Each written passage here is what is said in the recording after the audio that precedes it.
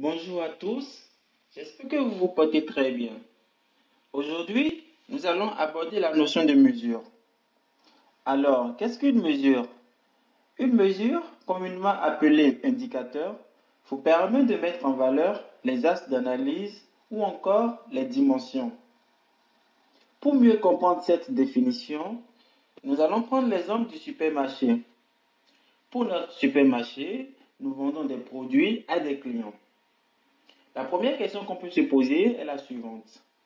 Quel est mon chiffre d'affaires par client ou par produit? Nous pourrons facilement déduire la mesure qui est le chiffre d'affaires. Ce chiffre d'affaires étant donc une valeur numérique. Notez que tout ce qui est de valeur numérique est susceptible d'être une mesure.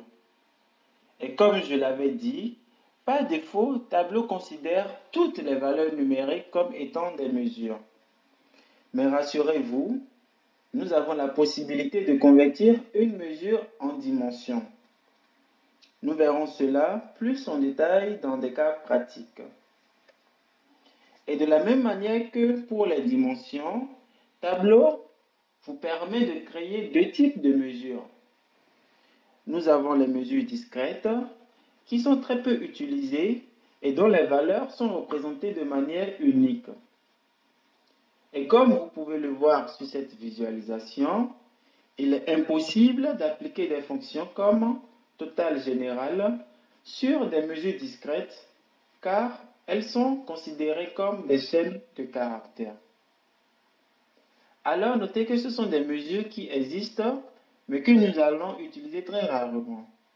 Cela dépendra vraiment du besoin. Les mesures continues, quant à elles, sont très utilisées et contiennent des valeurs de champ continu.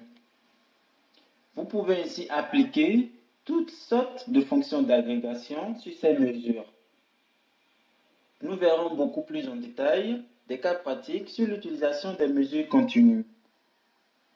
Déjà, comme le montre cette visualisation, vous avez la somme des bénéfices et des quantités par produit et par catégorie. Vous pouvez ainsi voir le bénéfice total ainsi que la quantité totale.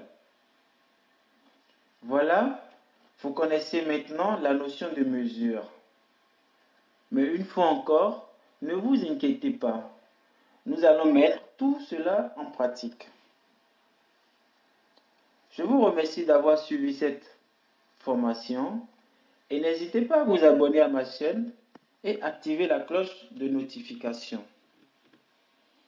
Et je vous dis à la semaine prochaine pour une nouvelle vidéo qui sera sur la notion d'hiérarchie.